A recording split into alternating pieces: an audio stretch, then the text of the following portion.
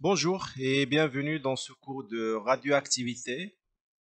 On s'intéressera dans cette vidéo surtout à la partie filiation radioactive, qui est généralement un processus de stabilisation d'un noyau donné, qu'on appelle généralement un noyau pair, en une succession de désintégration.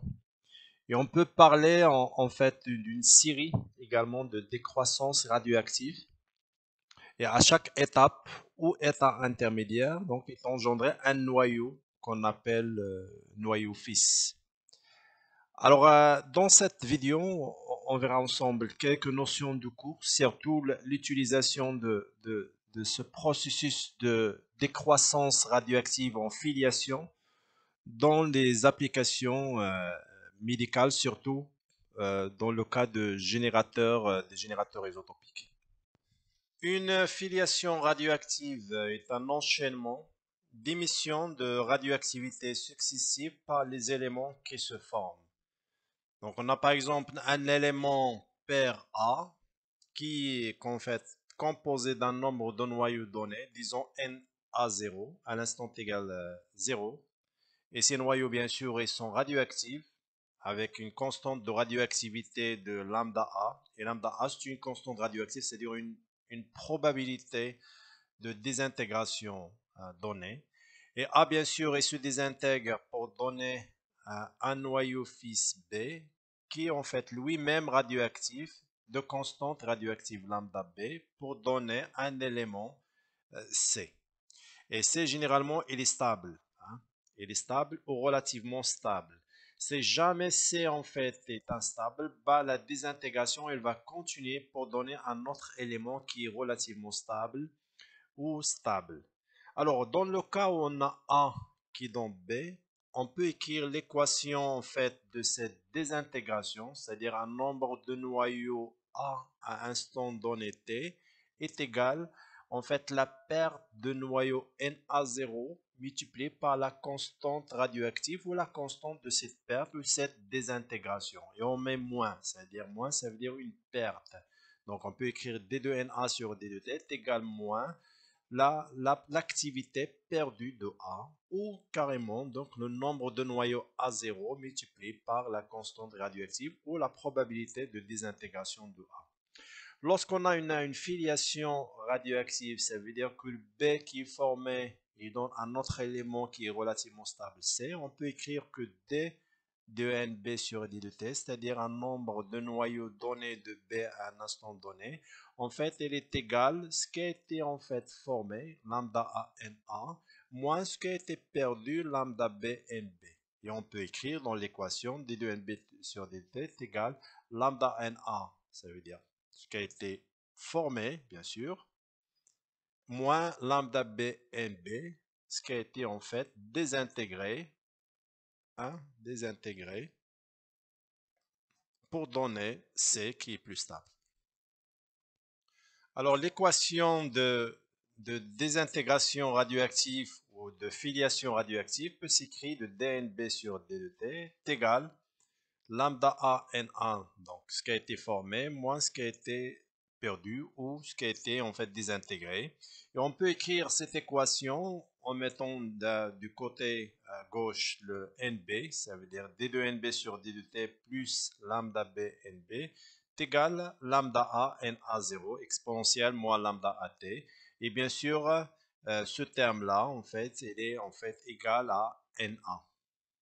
Et bien sûr, on obtient une équation différentielle du premier degré avec second membre. Et si jamais on fait l'intégration de cette équation ou la solution de cette équation différentielle, on obtient l'équation qui nous donne le nombre de noyaux B. Et bien sûr, le nombre de noyaux B, on peut l'écrire en termes d'activité, c'est-à-dire l'activité de B, c'est la constante radioactive B multipliée par NB, ça veut dire on prend le NB, on le multiplie par lambda B, avec lambda A, NA0 est égal à A0, et on obtient donc l'activité AB, c'est lambda B sur lambda B moins lambda A, multiplié par l'activité de A à t égale 0, multiplié par la différence de l'exponentielle moins lambda AT et l'exponentielle moins lambda BT. Lors de la filiation radioactive, c'est-à-dire qu'on a un noyau pair A qui va en fait diminuer en activité de façon exponentielle et on a un noyau B qui va se former jusqu'à atteindre un équilibre ou un temps qui correspond à un temps d'équilibre pour lequel le rythme de production de B égale le rythme de désintégration, hein, de A. Ça veut dire que les deux activités sont égales. Et si on cherche ce temps d'équilibre, on peut en fait le trouver en dérivant le nombre de noyaux B par rapport au temps. Et bien sûr, le dérivé, puisque c'est un point qui forme un plateau, ça veut dire constante, ça veut dire que le nombre de noyaux B, si on le dérive par rapport au temps, elle est égale en fait à zéro.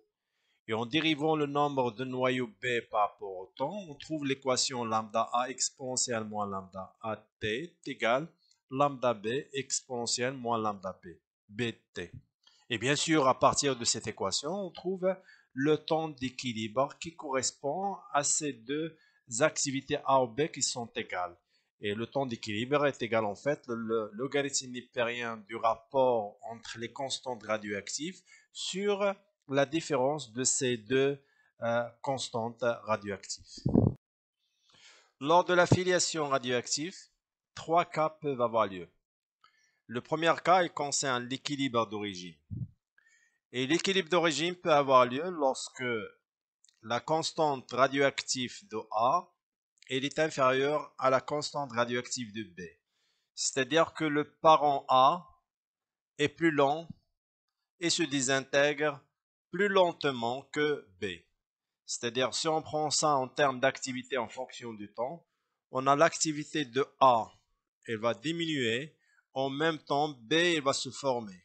C'est-à-dire, les noyaux de A, ils vont se désintégrer pour donner des noyaux B. Donc, l'activité de B, elle va augmenter jusqu'à ce qu'elle atteigne l'activité de A. Et à partir de un temps qu'on appelle le temps d'équilibre, qui est équivalent sur le fait que les deux activités A ou B sont égales. Après ce temps-là, ben, les deux activités A et B, elles en fait varient parallèlement et ensemble. Et on peut faire ça en fait, l'expliquer en termes de l'équation. On a en fait, d'après l'équation de la filiation radioactive, on a lambda B qui est la constante radioactive de B est supérieure. Ça veut dire on peut prendre l'exponentielle moins lambda B t qui tend vers 0. Et on peut écrire l'activité de B est égale lambda B sur lambda B moins lambda A multiplié par A, l'activité de A0 fois l'exponentielle moins lambda AT qui est égale en fait à l'activité de A. Et on peut écrire l'équation sur le fait que l'activité de B sur l'activité de A est égale la lambda B sur lambda B moins lambda A. C'est-à-dire qu'après un temps d'équilibre, hein, l'activité de B elle est supérieure à l'activité de A. Et ceci est dû au fait que l'activité de B est égale à lambda B, qui est lambda B qui est plus fort par rapport à lambda A, multiplié par le noyau de B formé. C'est-à-dire, à l'équilibre, on a le nombre de noyaux B et ne peut pas dépasser le nombre de noyaux A, il va égaler, mais puisque la constante radioactive lambda B est supérieure, ben, l'activité de B, elle va en fait dépasser l'activité de A et à un moment donné, les deux activités, ils vont hein, varier ensemble et parallèlement. L'équilibre de régime trouve son application surtout dans les générateurs isotopiques qui sont en fait constitués de telle façon qu'ils permettent d'extraire par élution une solution saline de technetium 99 métastable. C'est une solution qu'on peut injecter aux patients pour certaines applications diagnostiques le plus souvent en tant que marqueur moléculaire. Et généralement, cette élution se fait après fixation du molybdène sur une colonne de chromatographie en phase liquide. Donc, généralement, les services de médecine nucléaire ils reçoivent une quantité de molybdène pour quelques jours d'utilisation. Et après, injection du molybdène dans le générateur isotopique et ça leur permet en fait de faire des prises de technétium en solution saline qu'on peut injecter aux patients. Et le fonctionnement en fait d'un générateur isotopique, il est basé sur l'équilibre d'origine qu'on a vu dans le diapo précédent. Ça veut dire qu'on a le molybdène qui est le molybdène 99, qui est en fait l'élément radioactif parent. Une fois il se désintègre, on a le technétium 99M qui se forme. Et si on calcule le temps d'équilibre, on trouvera qu'il est égal à 23 heures.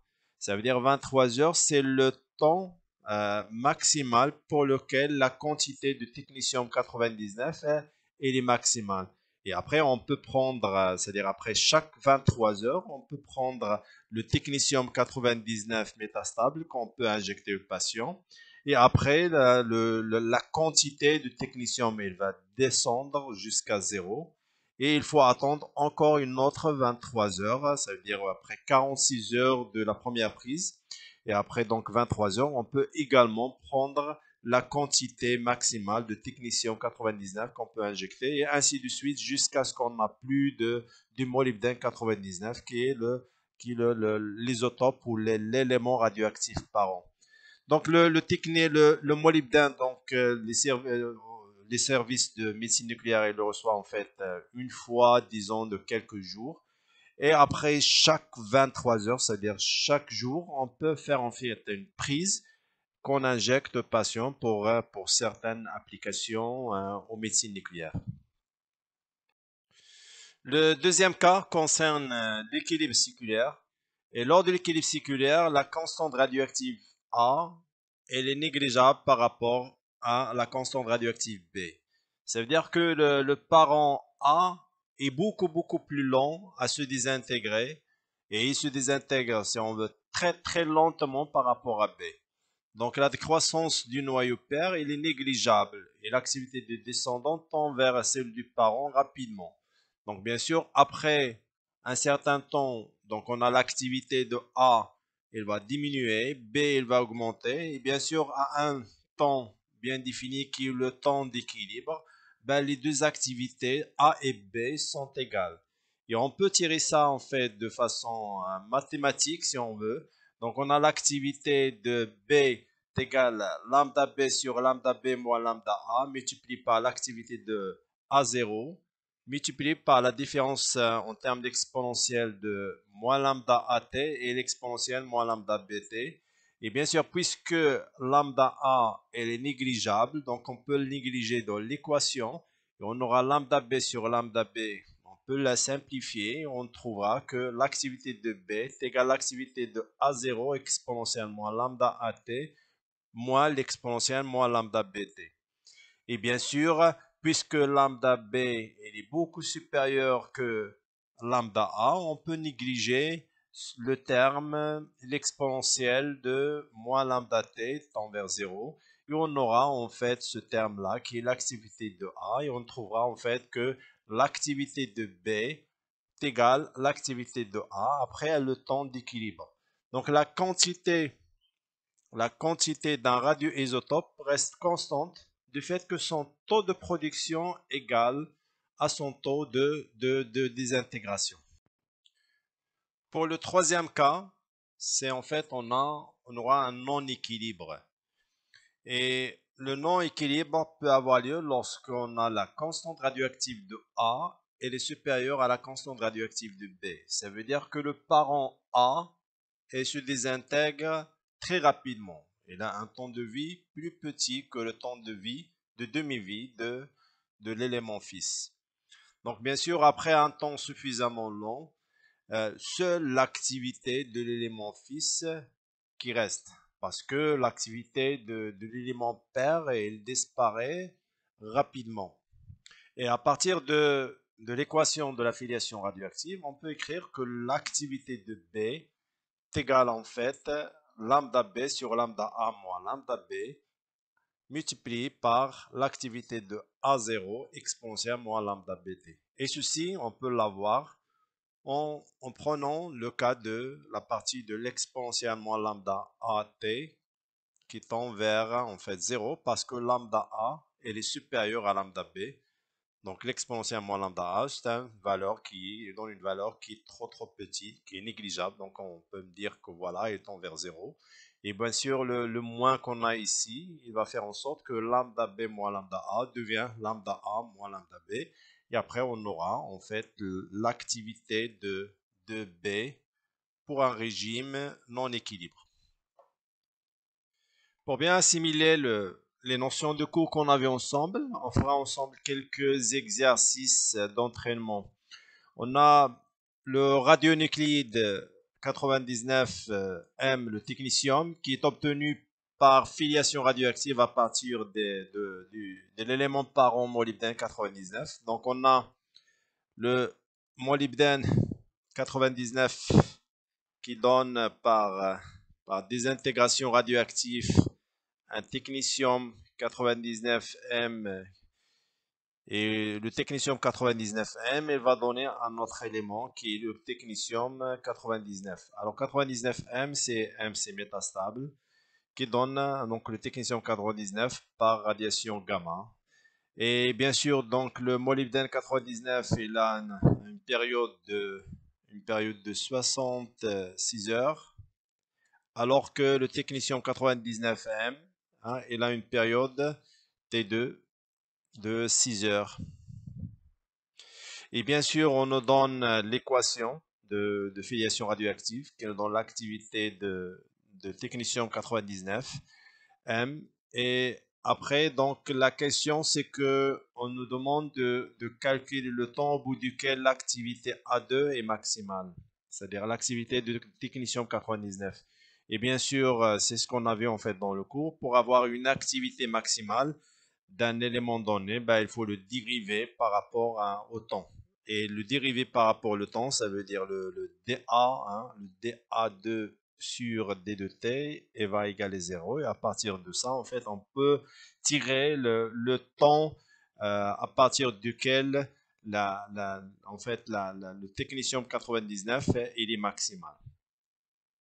Donc, on a l'équation qu'on a vue dans le cours, c'est T équilibre, hein, qui est le temps pour que le technetium 99M soit maximal. C'est le logarithme népérien de lambda 2 sur lambda 1 sur lambda 2 moins lambda 1. Et bien sûr, la période qui est également le temps de demi-vie, ça veut dire le temps nécessaire pour que le nombre de noyaux est divisé par 2, qui est égal au logarithme népérien de 2 sur la constante radioactive. Et bien sûr, on peut écrire également que lambda, hein, la constante radioactive, est égale au logarithme népérien de 2 sur la période. Et si on remplace cette équation-là dans l'équation de T équilibre, hein, on trouvera en fait que T équilibre, c'est le logarithme népérien de T1 sur T2 sur logarithme népérien de 2 fois 1 sur T2 moins 1 sur T1. Et bien sûr, si on fait le calcul, on trouve que la réponse vraiment c'est A, c'est 23 heures. Pour l'exercice 2, soit un élément pair A qui est instable, qui se désintègre, on a l'élément fils B qui est instable aussi. Et on donne pour A le temps de demi-vie ou la période qui est de 10 heures. Et pour B, on nous donne le temps de demi-vie ou la période B qui est de 10 minutes. Et également, l'activité de A est égale à 0 et elle est de 32 000 becquerels. Et également, il nous donne le nombre de noyaux à t égale 0 qui est de 64 millions et également l'équation de la filiation radioactive. Alors, la question, c'est que lors de cette filiation, on aboutira à un équilibre. À quel équilibre? Alors, généralement, on nous donne déjà, on nous dit que la période B est négligeable par rapport à la période A. Et s'il est négligeable, d'après le cours, bien sûr, c'est un équilibre séculaire qu'on a en fait. Pour l'exercice 3, c'est la même chose que l'exercice précédent. Mais juste là, on demande est-ce que B va évaluer seul. et cela au bout de 10 périodes. En fait, il y a deux façons de faire. Premièrement, là, lorsqu'on parle de période, c'est un temps de demi-vie. Et lorsqu'on parle de demi-vie, ben, généralement, on a en fait un nombre de noyaux donné qui est équivalent à un temps de demi-vie, qui est la moitié en fait, qui correspond à la moitié des noyaux. La moitié des noyaux qui sont désintégrés. Alors on peut écrire que Na c'est Na0 sur 2. Et bien sûr, pour une seule période, ben, on peut faire le Na0 sur 2 à la 1. 1, ça veut dire une seule période. Alors lorsqu'on a en fait 10 périodes, on fait Na égale Na0 sur 2 à la 10. Et on peut faire un calcul simple. On trouve que le nombre de noyaux, hein, de A, il est de 6,25 10 à la puissance 4 noyaux. Ça veut dire que B n'évalue pas seul, parce qu'il reste encore des noyaux non désintégrés de A. Une autre façon de le faire, c'est en utilisant l'équation classique de Na égale Na0 exponentielle moins lambda t. Et bien sûr, lambda A, qui est la constante radioactive, c'est logarithme népérien de 2 sur la période Ta. Et bien sûr, on peut écrire en fait, puisque c'est le temps, c'est équivalent au bout de 10 périodes, donc on remplace petit t par 10 périodes, 10 fois TA. Et on peut simplifier TA et on trouve en fait que Na égale Na0 exponentielle moins 10 logarithme népérien de 2, qui est équivalent en fait à l'équation qu'on a utilisée, c'est-à-dire que Na c'est Na0, le nombre de noyaux initial sur 2 à la 10, et on trouve le même nombre de noyaux qui est 6,25 10 à la puissance 4 noyaux.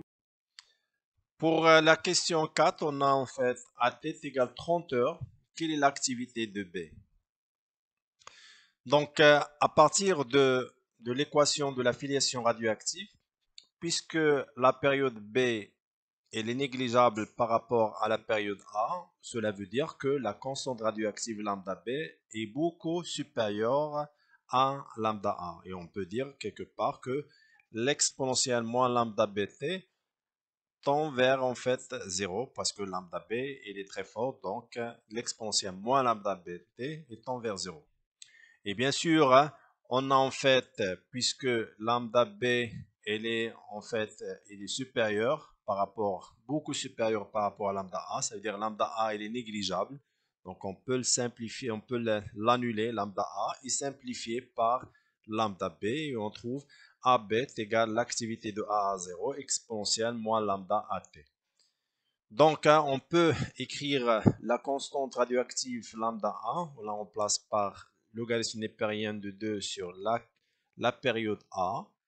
Et après, bien sûr, on a T, c'est donné, donc c'est 30 heures. Donc, on remplace par 30 heures. Et la période A, c'est donné, c'est 10 heures. Et on fait simplement, donc, application numérique. On a l'activité de A à 0, c'est 32 000. Et l'exponentielle, donc, de logarithme népérien de 2 fois 30 sur 2 sur 10, ça nous donne moins 3 logarithme népérien de 2. Et si on fait application numérique simple, l'activité, on trouve que l'activité de B, elle est de 4000 becquerels. Pour cinquième question, et toujours pour le même exercice. Donc, on nous demande c'est qu'au bout de 30 heures, combien de noyaux de B se sont-ils formés?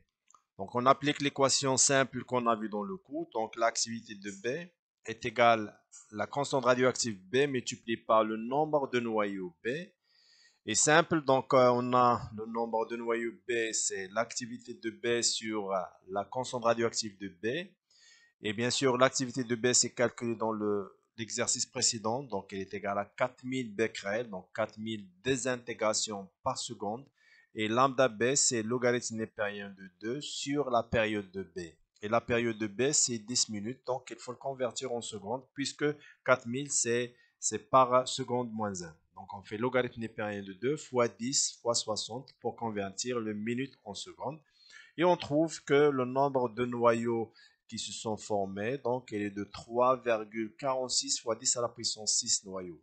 Voilà, merci pour votre attention et à la prochaine vidéo.